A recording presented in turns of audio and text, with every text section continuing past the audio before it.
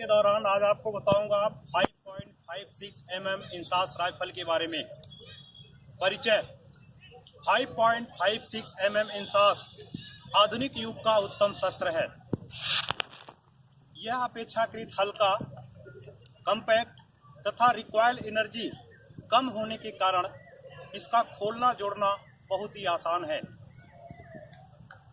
इसका कैलिबर 5.56 है। इसमें दो प्रकार के ब्रस्ट, सिंगल शॉट ब्रस्ट और ट्रिपल राउंड ब्रस्ट, दो प्रकार के फायर करती है। अब उत्पत्ति के संबंध में मैं बताऊंगा।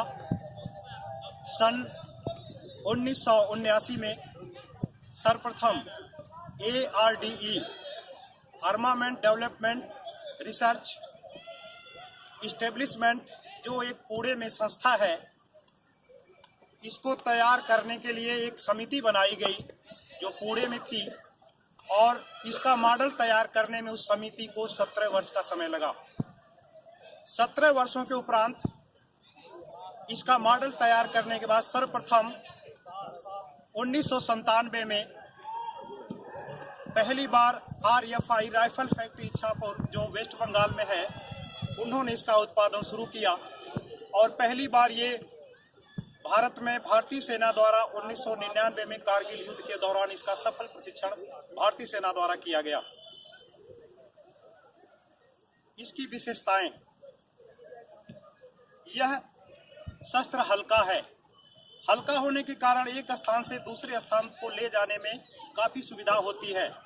शस्त्र छोटा होने की वजह से इसका छुपाव आसान है। इसका बैरल क्रोमियम प्लेटेड है। क्रोमियम प्लेटेड बैरल होने के कारण इसमें बाद फायरिंग गर्म पानी डालने की आवश्यकता नहीं पड़ती। यह दो प्रकार के फायर करती है, सिंगल शॉट और ट्रिपल राउंड ब्रस्ट। इसका कारगर रेंज अधिक है। इसमें पीछे एक डब टेल फार साइड लगी हुई है। मैं भी आपको बताऊंगा समय के दौरान। डब टेल फार साइड होने के कारण इसमें DLT तथा PNS लगाकर दिन और रात्रि का सफल पूर्वक फायर किया जा सकता है। DLT day light telescope, PNS passive night sight, ये साइट लगती हैं इसके ऊपर, और इसके द्वारा हम रात और दिन का सफल इसकी फायरिंग कर सकते हैं। इसके बाद इसकी मैगजीन पारदर्शी है। इससे हम आराम से देख सकते हैं कि इसमें कितने राउंड है। हम आराम से जानकारी ले सकते हैं इसकी।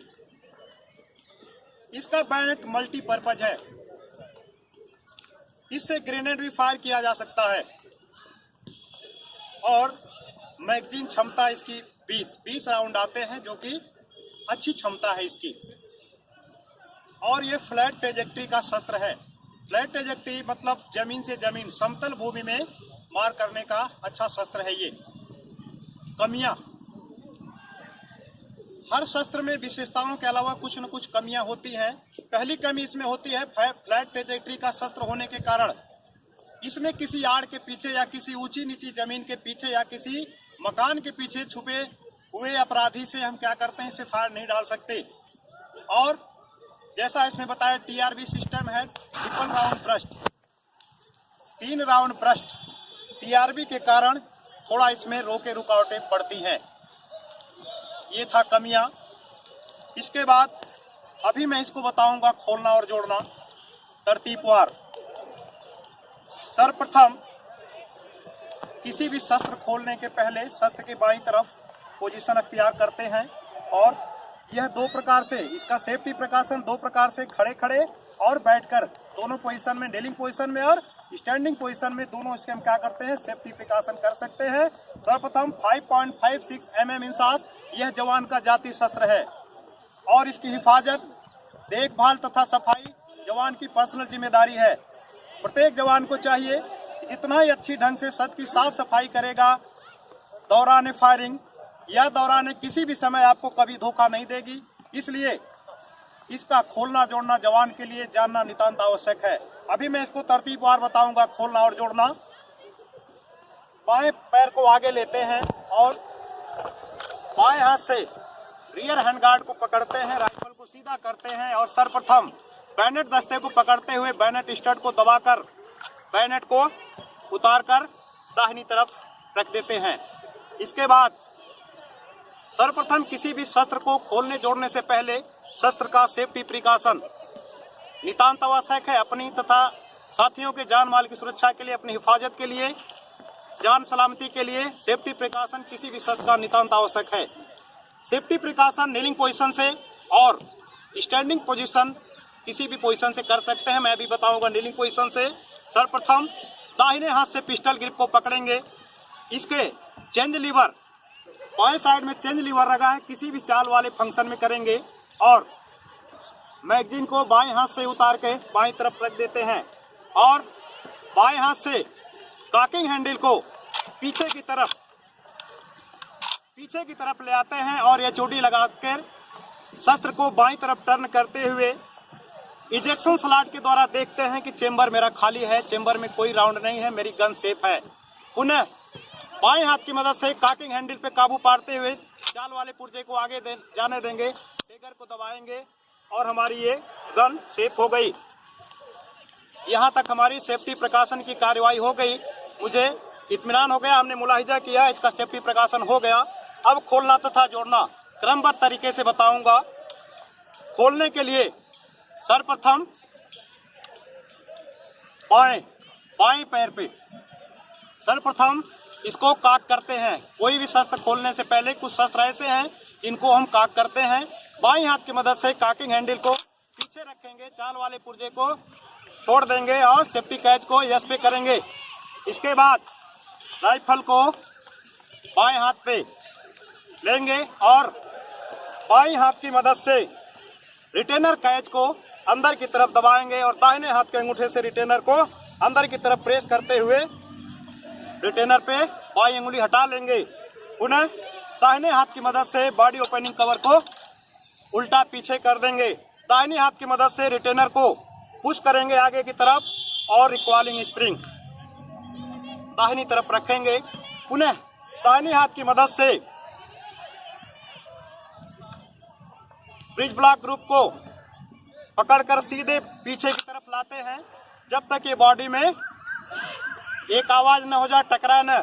इसके बाद पुनः इसको पकड़ते हुए पिस्टन एक्सटेंशन को बाहर की तरफ निकालते हैं। बाईं हाथ पे इसको उल्टा रखते हैं और दाहिनी हाथ की मदद से रोटेटिंग बोल्ट को घड़ी के उल्टा रुख घुमाते हुए आगे की तरफ पुश करके रोटेटिंग बोल्ट को निकालते हैं और ये हमारा पिस्टन एक्सटेंशन। पुनः बॉडी कवर को पीछे की तरफ लाते हुए राइफल को पुनः इस दशा में।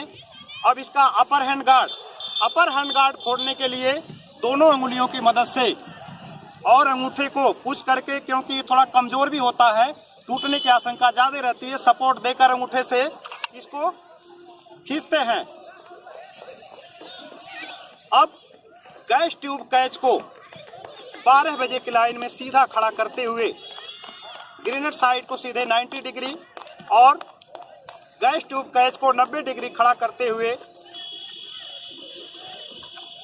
ये गैस ट्यूब को निकालते हैं। ये हमारी राइफल पूरी 5.56 mm इंसास यहाँ पे खोलने की कार्रवाई पूर्ण होती है।